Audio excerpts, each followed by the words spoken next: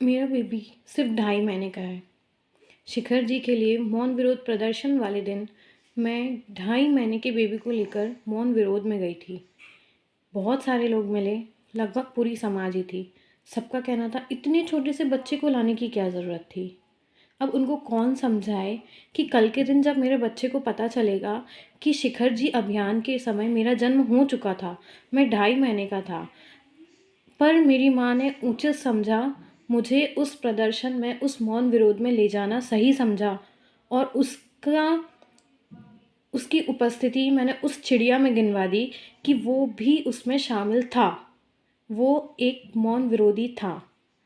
अब लोगों का क्या कहना है क्या नहीं, मुझे उससे कोई फ़र्क नहीं पड़ता, लेकिन मैंने अपना काम बखूबी निभाया।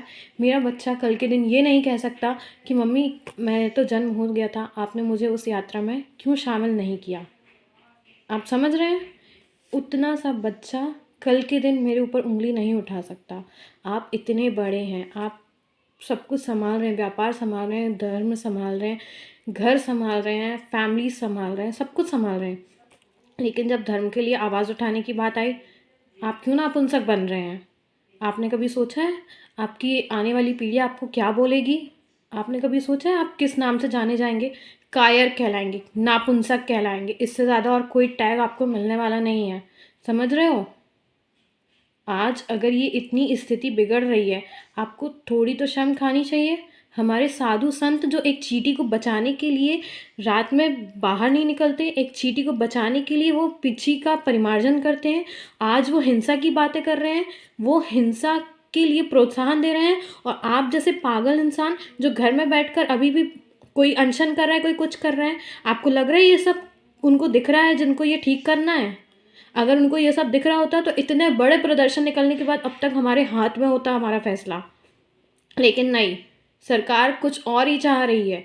आपके इतने प्रदर्शन के बाद भी किसी के कान में जू तक नहीं जा रही है, और आप सोच रहे हैं कि सब कुछ सही हो जाएगा। कभी सही नहीं होगा, और आज सही हो भी जाएगा। कल के लिए आप कई लड़ाइयाँ अपने संतानों के लिए तैयार करके खड़े करके जा रहे हैं। एक बार तो आप, चलिए ठीक है, आपने मौन प्रदर्शन निकाला, उस मौन प्रदर्शन में आपकी क्या तैयारी थी?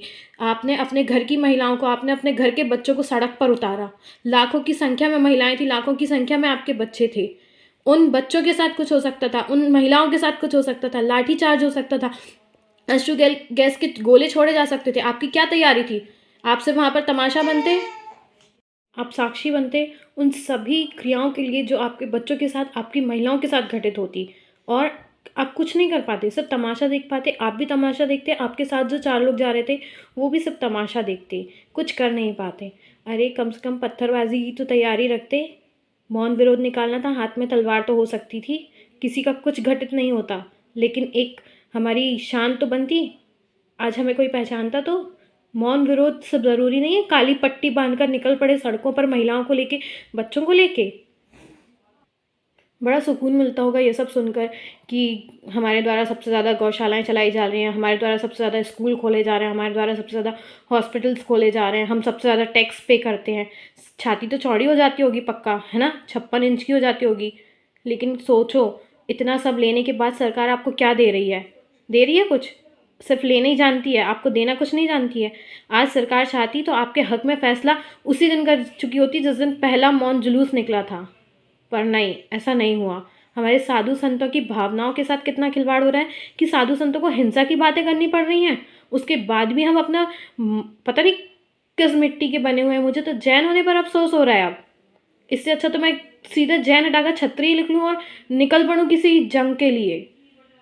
मैं एक महिला होकर मुझे इतना, क्या बोलूँ मैं, दुख हो रहा है। सोचिए, विचार करिए।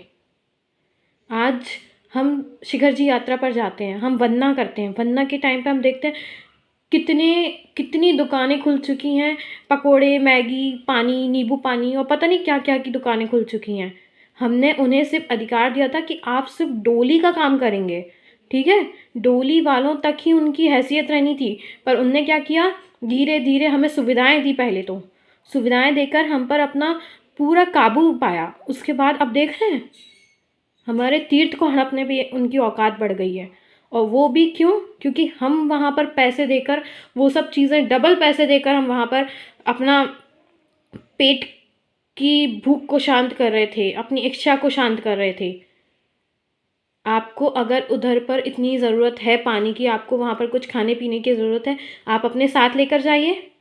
साथ में लेकर नहीं जा सकते? वहाँ पर जैनों को, ऐसे कितने जैन समाज हैं जो कहीं न कहीं आर्थिक रूप से विकसित नहीं है। उन्हें वहाँ पर दुकान खुलवाइए, वो वहाँ पर बेचें और अपने परिवार का पालन-पोषण करें। कम से कम जैन व्यक्ति तो वहाँ पर आगे बढ़ेगा। आपके पैसा किसी जैन के पास जाएगा? पर नहीं, हमें क्या करना, हमें तो बस पानी से मतलब है, नींबू पानी से मतलब है। वो पानी कहाँ से आ रहा है कोई मतलब नहीं है। बड़ा छना पानी का ज्ञान बाँटते हैं। मैं तो कह रही हूँ आज ही से ही एक फ़ैसला कर लो, ना कोई टैक्स देंगे, ना कुछ भी तरह से सरकार को हमारी ओर से एक पैसा जाएगा। दुकान भी पूरी खोलेंगे, व्यापार भी जमकर करेंगे, लेकिन टैक्स के नाम पर आपको एक फूटी कौड़ी नहीं दी जाएगी। उसके बाद देखते हैं कि कैसे नहीं हमारे पीछे अपनी पूँछ हिलाते हुए आते हैं। कुछ ना कुछ करना होगा। ये हाथ पे हाथ धर कर बैठना और ये मौन विरोध करना और ये सब से कुछ नहीं होने वाला।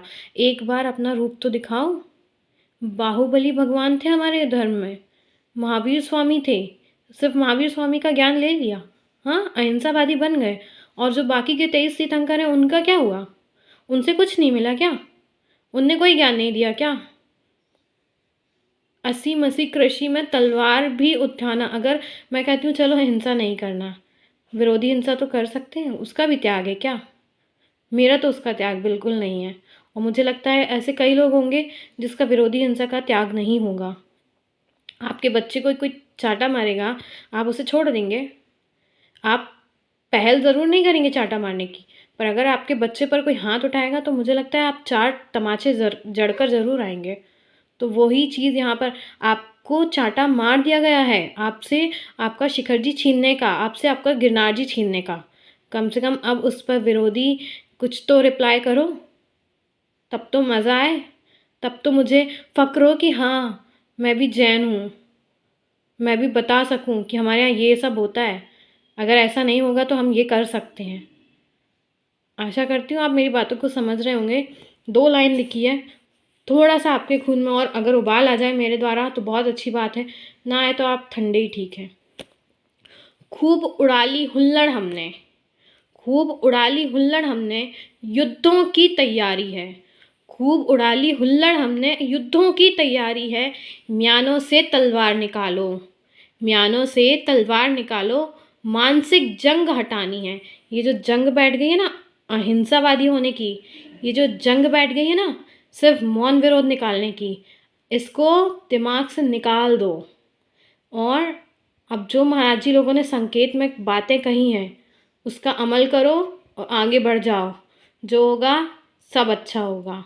धन्यवाद।